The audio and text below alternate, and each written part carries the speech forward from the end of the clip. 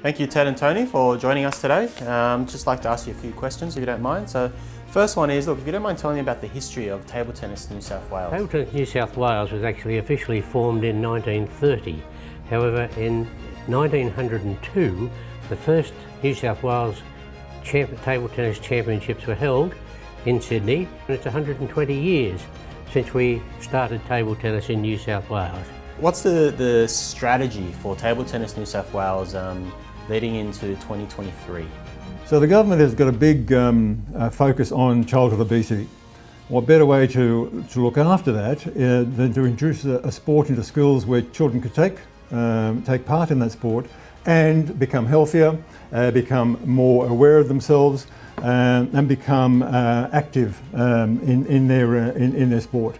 So that's one problem we need to solve. We recently had the Commonwealth Games results and they were fantastic, but they could have been really fantastic if we had more players to choose from. So that's one strategy that we need to employ.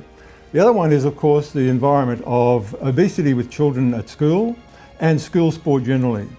We are now looking to supply every school in New South Wales, and there's about 4,500 of them, with a starter set, which will be made up of, say, 100 table tennis balls, say 15 nets that can be put on any table anywhere, and 30 pairs of bats. So kids can try out the sport. We'll transfer those skills from being testers into players, players into a breeding ground for champions, and champions bringing medals home to Australia through Commonwealth Games and through Olympic Games.